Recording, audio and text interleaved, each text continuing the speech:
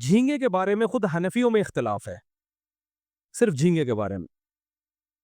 وہ اس اختلاف کی بیس یہ ہے کہ جیسے حضرت مفتی تقی عثمانی صاحب وہ جھینگے کو جائز کہتے ہیں، حالانکہ وہ فقہ حنفی ہی کو فالو کرتے ہیں۔ وہ جائز اس بیس پہ کہتے ہیں کہ یہ مچھلی ہی کی ایک قسم ہے، سمندر کی مچھلی حلال ہے یا نہیں ہے؟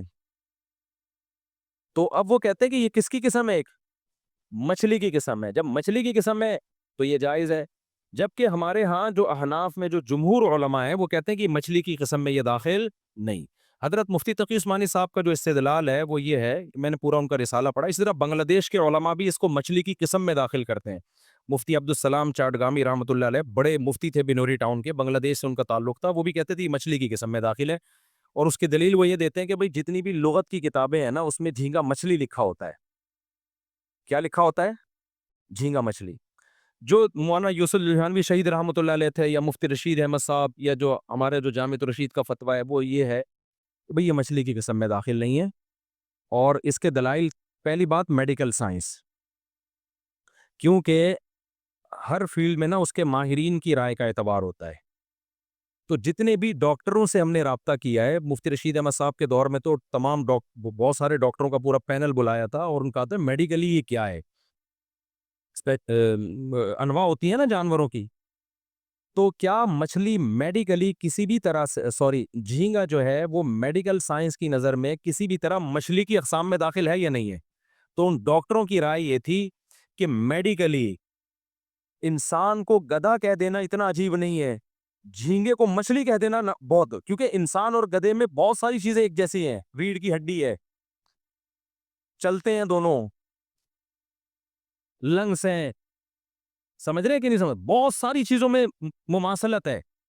میں یہ نہیں کہہ رہا کہ انسان گدھا ہے ڈاکٹروں کی نظر میں، یعنی ان میں بہت ساری چیزیں آپس میں کیا کرتی ہیں، میچ کرتی ہیں۔ جھینگے میں اور مچھلی کا تو کوئی عضو بھی ایک دوسرے سے مشابہ نہیں ہے، تو وہ یہ کہتے تھے کہ میڈیکلی تو یہ امپاسبل ہے کہ آپ جھینگے کو مچھلی کی اقسام میں داخل کر لیں۔ حضرت اقدس حضرت مفتی تقی عثمانی صاحب اس کا جواب یہ دیتے ہیں کہ بھئی ہمیں اتنی پیچیدگی میں میڈیکلی جاننے کی ضرورت نہیں، عرف میں اگر اس کو مچھلی سمجھا جاتا ہے تو ہم کیا سمجھیں گے؟ مچھلی تو عرف میں تو لکھا ہوا ہے، یعنی وہ میڈیکل سائنس پہ وہ کہہ رہے ہیں اس کا مدار نہیں ہوگا، بلکہ اس کا مدار ہوگا ڈکشنری میں، لغت میں اس کو مچھلی لکھا گیا ہے، تو اب اتنی پیچیدگی کی کیا ضرورت ہے؟ گنجائش کا پہلو دو لوگوں کو۔ لیکن اس کا جواب یہ ہے کہ لغت میں کسی، جو حضرت مفتی رشید احمد صاحب نے اس کا جواب دیا ہے ان کے رسالے کا، کہ لغت میں مچھلی لکھنے سے یہ کہہ دینا کہ عرف میں مچھلی سمجھا جاتا ہے یہ ٹھیک نہیں ہے، کیونکہ لغت میں تو سمندری گھوڑا بھی ہے، تو کیا ہم اس کو گھوڑے کی اقسام میں داخل کر لیں گے؟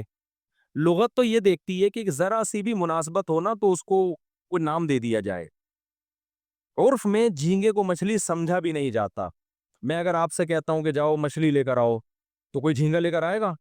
میں اگر قسم اٹھاتا ہوں کہ اللہ کی قسم، میں نے خدا کی قسم میں مچھلی نہیں کھاؤں گا، اگر جھینگا کھا لے گا تو اس کی قسم نہیں ٹوٹے گی، کیونکہ اس نے مچھلی نہیں، عرف میں یہی یعنی مفتی بھی کہے گا کہ تم کیا سمجھ رہے تھے جھینگا اس میں داخل، وہ کہے گا نہیں میں تو جھینگا کھایا، مچھلی تھوڑی کھائی ہے میں نے۔ تو اس سے پتہ چلتا ہے کہ عرف میں بھی اس کو مچھلی نہیں سمجھا جاتا۔ تو اس لیے ہماری رائے میں اس کے یہ والے جو دلائل ہیں نا کہ مچھلی کی اقسام میں نہیں ہے، یہ دلائل کی دنیا میں بہت مضبوط ہے۔ البتہ ایک چھوٹ میں لوگوں کو دیتا ہوں، میں یہ کہتا ہوں فقہا ہی کا ایک اصول ہے کہ جس چیز میں ابتلا بہت زیادہ ہو جائے، جس چیز میں ابتلا سمجھتے ہیں بہت زیادہ لوگ مبتلا ہو جائیں، ایک چیز کا رواج بہت زیادہ ہو گیا ہو، تو خود فقہ حنفی ہی کا اصول ہے کہ اگر اسلام میں اس کی کوئی گنجائش دوسرے فقہ میں ملتی ہے اور وہ چیز سوسائٹی میں بہت زیادہ پھیل گئی ہے، تو اس کے پھر اس علاقے میں جہاں وہ بہت زیادہ پھیل گئی ہو، پوری قوم سے چھڑوانا ناممکن ہو، تو دوسرے فقہ پہ فتویٰ دینے کی گنجائش۔ یہاں ہمارے ہاں جھینگے کا بہت زیادہ رواج نارملی نہیں ہے، بنگلہ دیش میں بہت زیادہ رواج ہے، وہ صدیوں سے کھاتے آ رہے ہیں، حالانکہ وہ ٹوٹلی فقہ حنفی کو فالو کرتے ہیں بنگلہ دیش۔ تو میں وہاں بنگلہ دیش میں کے لیے کہتا ہوں کہ یار اب ان کو یہ کہنا کہ جھینگا چھوڑ دو، وہ دنیا چھوڑ دیں گے، جھینگا نہیں چھوڑیں گے وہ۔ تو میں بنگلہ دیش کے علماء سے کہتا ہوں کہ فقہ حنفی کو چینج نہ کرو، فقہ حنفی میں تو جائز نہیں ہے، لیکن فقہ حنفی میں ہی ایک اصول ہے حضرات فقہا کا کہ اگر ابتلا کسی چیز میں بہت زیادہ ہو جائے اور لوگوں سے وہ عادت چھڑوانا ممکن نہ ہو، تو پھر یہ ضرورت ہے، تو ضرورت میں امام شافعی کے قول پہ فتویٰ دیا جا سکتا ہے۔ تو صرف جھینگے کی کیکڑے کی طرف نہ جاؤ، مگرمچھ کے انڈے مت کھاؤ، کچھوے کے انڈے مت کھاؤ، اور جو سمندر سے آڑی ترچھی چیزیں نکل رہی ہیں وہ مت کھاؤ. صرف جھینگے کی حد تک بنگلہ دیش میں گنجائش دی جا سکتی ہے. وہ صدیوں سے کھاتے آ رہے ہیں، ان کو چھڑوانا دنیا چھوڑ دیں گے، وہ جھینگا نہیں چھوڑیں گے. تو کہیں ایسا رواج ہونا تو پھر اس میں جو ہے وہ دوسرے فقہ پہ عمل کیا جا سکتا ہے. کیونکہ بہرحال ایسا تو نہیں ہے نا کہ اتفاقی مسئلہ ہو. کتے کی اجازت نہیں دی جائے گی کہ آپ کے مسلمان چائنا میں جو رہتے ہیں تو چائنیوں کو دیکھ دیکھ کے سب نے کتے کھانا شروع کر دیے، اس کی گنجائش نہیں ملے گی. وجہ اس کی کہ کتا سب کے نزدیک کیا ہے؟ حرام ہے.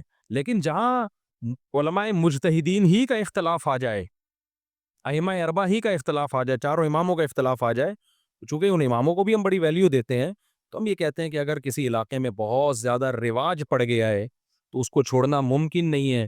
تو بھائی اس اختلاف کا فائدہ ایسی جگہ پہ اٹھایا جا سکتا ہے. اس کی ایک مثال دے دوں کہ اگر کسی عورت کا شوہر مارکیٹ سے شارٹ ہو گیا، گم ہو گیا، پتہ ہی نہیں کہ سالوں نے اٹھایا ہے یا پولیس نے اٹھایا ہے یا کہاں ہے، یا 1 سال ہو گیا، 2 سال ہو گیا، 3 سال ہو گئے، 4 سال ہو گئے، تو فقہ حنفی، فقہ شافعی، فقہ حنبلی، تینوں فقہ میں جب تک اس کی موت کا 100% یقین نہیں ہو جاتا، عورت کہیں اور شادی بولو نہیں کر سکتی. کسی کے نکاح میں جب تک یقین نہیں ہوگا ہم کیسے؟ اور یقین ہوتا ہے 100 سال کے بعد جا کے، 99 سال کے بعد جا کے. تو 99 سال میں رہ گیا وہ خود ہو سکتا ہے مر جائے. اس وجہ میں کہ نہیں کر سکتی وہ 99 سال ایک تعبیر ہے کہ 99 سال تک مطلب یہ کہ نہیں کر سکتی. اب ہوا یہ تھا ہندوستان میں ہندو بلوائی آتے تھے، بہت سارے مسلمانوں کو کاٹ کے چلے جاتے تھے، اس میں لاکھوں مسلمان لاپتہ ہو گئے. جب یہ ظلم ہوا ہے نا ہندوستان میں، اب بھی ہوتا رہتا ہے، ہزاروں عورتیں کا پتہ ہی نہیں کہ ان کا شوہر زندہ ہے کہ مر گیا. تو اب ایسی شدید ضرورت کے موقع پر ایک دو عورتوں کا مسئلہ تھوڑی تھا، ایک بلوا ہو گیا نا، عمومی بلوا، ابتلا پھیل بہت زیادہ ہو. تو پھر مولانا شریف تھانوی رحمۃ اللہ علیہ اور جتنے بھی ہمارے دیوبند کے علماء ہیں، انہوں نے مجلس کی، انہوں نے کہا کہ اگر ہم فقہ حنفی پہ رکھیں گے، یہ تو ہزاروں عورتوں کو ان کا پتہ ہی نہیں چل رہا شوہر زندہ ہے مر گیا ہے. تو پھر فقہ مالکیہ کو لیا گیا ایسی شدید ضرورت کے موقع پہ. ہم کہتے ہیں عوام کے لیے جائز نہیں کہ خود ہی چھلانگے مارے. علماء خود سمجھتے ہیں کہ کس موقع پر دوسرے فقہ پہ فتویٰ دینے کی گنجائش ہے. تو خود علماء نے قائل کیا، بیٹھے اجلاس ہوئے، تو پھر فقہ مالکیہ پہ فتویٰ دیا گیا بھئی ایسی شدید ضرورت میں ہزاروں عورتوں کا مستقبل داؤ پہ لگ رہا ہے. تو فقہ مالکیہ میں یہ ہے کہ عورت 4 سال انتظار کرے، کیس کرے عدالت میں. جج یہ سمجھتا ہے کہ مارکیٹ میں مل نہیں رہا شوہر، تو پھر وہ اس کا نکاح عدالت ختم کر کے کہیں اور نکاح کرا دے گی. پھر پرانا والا شوہر اگر مل گیا تو مالکی فقہ میں تو ہے کہ نئے والے کے ساتھ ہی رہے گی. لیکن فقہ حنفی میں علماء نے کہا ہم نے چونکہ ضرورت کی وقت تک کی حد تک لیا ہے، تو اب جب پرانا آ گیا ہے تو اب ضرورت کیا ہو گئی؟ ختم. اب یہ پرانے کے پاس جائے گی، نئے سے نکاح ختم کیا جائے گا اس کا. سمجھ رہے کہ نہیں سمجھ رہے؟ تو ضرورت کے وقت علماء خود گنجائش دیتے ہیں کہ بھائی، اور یہی اسلام کا ایک اختلاف کا ایک فائدہ ہے، ایک فلیکسیبلٹی رکھی ہے اللہ تعالیٰ نے تاکہ قیامت تک یہ دین اور مذہب چل سکے سوسائٹی کے حساب سے. تو خود سے یہ کام نہ کیا کریں پینترے بدلنے والا، لیکن علماء خود گنجائش دے دیتے ہیں جہاں ابتلا ہو، جہاں عادت چھڑوانا پاسبل ہی نہیں رہا، تو گنجائش دے دیتے ہیں کہ بھائی کیکڑے کے بارے میں تو نہیں دیتے گنجائش، اسی طرح یہ مگرمچھ کے انڈے منڈے نہیں کھائیں آپ، ٹھیک ہے نا. لیکن جھینگے کے بارے میں خود حنفی علماء گنجائش دے دیتے ہیں کہ اگر کہیں ابتلا بہت زیادہ ہے تو بھائی اس پہ زیادہ شدت مت کرو، کھانے دو اس کو. امام شافعی کے قول کو لینے دو اس کو. میرا معمول یہ کہ میں نہیں کھاتا جھینگا، کیونکہ مجھے کیا ضرورت ہے بھائی، DCO کم چیزیں، مچھلی کی 100 اقسام ہیں، وہ پہلے کھا کے فارغ ہو جائیں تو جھینگے کے بارے میں سوچیں گے. لیکن اگر کوئی میرے سامنے بیٹھ کے کھا رہا ہو تو میں اس کو کچھ کہتا بھی نہیں ہوں، کیونکہ بہرحال علماء حنفیہ میں یہ اختلاف ہے، تو آپ کیوں اپنی رائے دوسرے پہ تھوپ رہے ہو؟ تو بہت سے لوگ ڈٹائی کے ساتھ مجھے منہ چڑھا چڑھا کے جھینگے کھا رہے ہوتے ہیں میرے سامنے، تو میں اپنی رائے تھوپتا نہیں ہوں، تو کہتا ہوں کھانے دو، اب اختلاف ہے اس میں کیا کریں، کھا رہے تو کھانے دو. ایسا نہ ہو کہ اب آپ کھانا چھوڑیں تو جا جا کے ہر ایک کو ٹارچر کرنا شروع کر دیں. تو اختلافی چیز ہے تو اس کو ہلکا پھلکا ہی رہنے دیں، احتیاط خود کریں آپ. اتنی ساری چیزیں ہیں. امام صاحب کا موقف جو ہے دلیل کے لحاظ سے بہت مضبوط موقف ہے، بہت مضبوط موقف ہے. کسی صحابی نے نہیں کھایا، کسی تابعی نے نہیں کھایا. بھائی مچھلی کھائی ہے تو مچھلی کھاؤ آپ. تو یہ ہے اس بارے میں پوری رپورٹ میں نے پیش کی ہے. باقی جو لوگ اس میں ابو حنیفہ پہ طنز کرتے ہیں نا کہ ابے حنفیوں کے پاس کوئی دلیل نہیں ہے، کوئی دلیل نہیں ہے، سمندر کی سب چیزیں جائز ہیں، تو ان کو بس ایک جو طنز کر رہا ہے، جو طنز نہیں کر رہا تو اختلافی مسئلہ ہے. بھائی جو بعض لوگ طنز کرتے ہیں تو ان کو بولا کرو پھر مگرمچھ کے انڈے کھانے کا بھی فتویٰ دے، تو پھر تو کچھوے کے انڈے کے جائز ہونے کا بھی فتویٰ دے. تاکہ وہی انڈے لوگ اٹھا اٹھا کے تیرے سر پہ مارے. تو پھر اتنی بات نہیں, پھر پوری بات کروا. تو یہ ہے اس مسئلے کی تھوڑی سی میں نے آپ کے سامنے ڈیٹیل پہ. اچھا, جھینگے کا بزنس جائز ہے, کاروبار جائز ہے. وجہ اس کی ہے کہ بالاتفاق حرام نہیں ہے.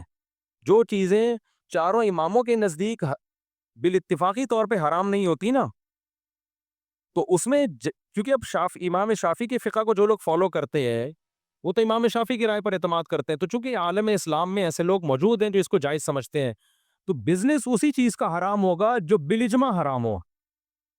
سمجھ رہے کہ نہیں سمجھ رہے؟ تو یہ بھی ایک چھوٹ ہے کہ بہت سے لوگ سی فوڈ کا بزنس کرتے ہیں, تو جھینگے کا بزنس کر سکتے ہیں, کیکڑے کا بزنس وہ کر سکتے ہیں, چھپکلیوں کا بزنس نہیں کر سکتے آپ. سمجھ رہے ہو؟ کتوں کا بزنس نہیں کر سکتے آپ, لیکن جھینگے کا بزنس کیونکہ بالاتفاق حرام نہیں ہے. تو اس سے پتا چلتا ہے کہ جو چاروں اماموں کو فالو کرتے ہیں ان کی رائےوں میں کتنے اعتدال ہوتے ہیں, ہر چیز کو اس کا درجہ دیتے ہیں. لیکن جو ان چاروں اماموں کو فالو نہیں کرتے نا, آپ جب ان سے مسئلہ پوچھیں تو آپ اکثریت ایسی نظر آئے گی متشدد, اپنی رائے تھوپنا اور اس پہ اڑ جانا. تو میں نے دیکھے کلپ جو ہمارے خلاف لوگ کہتے ہیں ابو حنیفہ نے جھینگے کو وہ کر دیا اور کیکڑے کو نہ جائے, کوئی دلیل نہیں ان کے پاس. قرآن تو کہتا ہے سمندر کی مخلوق اعلیٰ, قرآن جو کہتا ہے اس کا سیاق و سباق تو دیکھو بھائی.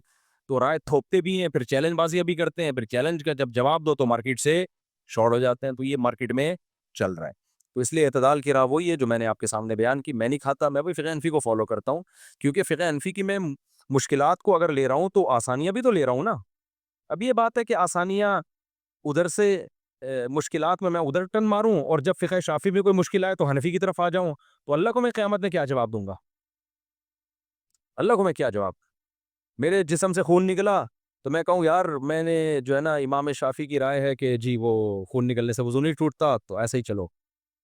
جھینگے میں بھی امام شافعی کی رائے کو فالو کر رہا ہوں. اللہ کہے گا امام شافعی تو کہتے ہیں کہ جب نکاح میں فاسق گواہوں تو نکاح ہوتا ہی نہیں ہے. تو نے ٹیسٹ کروایا تھا جب تیری شادی میں جو گواہ بن رہے تھے وہ سارے نیک پرہیزگار تھے؟ تو میں کہوں ابو حنیفہ کی رائے میں تو ہو گیا. تو اللہ میاں کہے گا ادھر, کبھی تو ادھر جا رہا ہے, کبھی کیا کر رہا ہے, تو خواہشات کا غلام ہے. تو پھر میں جب صدقہ فطر دے رہا ہوں پیسوں میں, تو اللہ میاں کہے گا امام شافعی کہتے ہیں پیسوں میں تھوڑی دیا, تو بڑے آرام سے پیسے رکھ کے رہا, رسید کٹا دی. امام شافعی کی رائے ہے کہ حدیث میں گندم ہے تو گندم ہی دینا پڑے گا. اب میں کہا کون گندم کی بوری کون اٹھا کے لائے گھر سے, پیسے پکڑاؤ اور رسید کٹاؤ. تو اللہ میاں کیا کہے گا بھائی تو نہ, تیرا مقصد شریعت فالو کرنا نہیں ہے, تیرا مقصد کیا ہے؟ خواہشات. اسی وجہ سے ہم کہتے ہیں بھئی ایک فقہ کو فالو کرو اور دوسرے کو ٹھیک سمجھو.